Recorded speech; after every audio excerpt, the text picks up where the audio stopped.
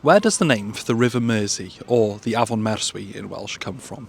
So today I'm in what's historically Lancashire, I'm in Liverpool, and this river behind me is called the River Mersey. Let's get into the name. The name Mersey comes from Old English and is made of two parts.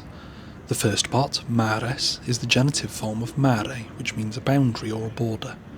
This word is the ancestor of the modern English word march, as in the Welsh marches, meaning borderlands. In this context, mares means of the boundary or of the border. The second part, ea, means river. So if the river's named for a boundary, what's it the boundary between? Well, during the early Middle Ages, before England was even a thing, the river marked the boundary between the two Anglo-Saxon kingdoms of Northumbria and Mercia, the latter of which, interestingly, takes the same route as the River Mersey, as it was the kingdom that formed a boundary with the Welsh kingdoms. The modern Welsh name for the river, Merswy, looks like a borrowing from Old English, but the final element was adapted to fit another common name for rivers, Gwy, like in Conwy, or the River Gwy, as in the River Wye itself. These aren't the earliest names for the river we know about, however.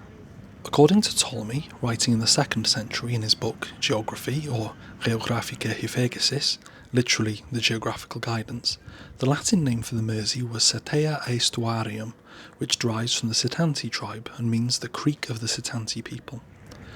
Scholars have struggled to explain this name through what we know of the Celtic languages, and there's an interesting theory that it's a misspelling of the name Segeia and the tribe Seganti, meaning strong. Interestingly, this would make the name of the river the same as the river Seont in Carnarvon, and Segontium, the Roman name for the settlement in the same area.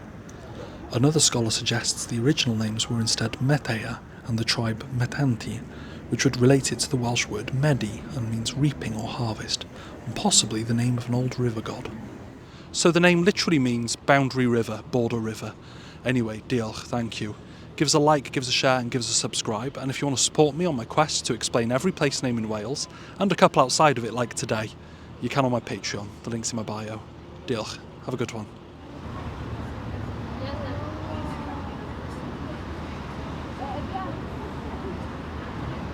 Are they in it?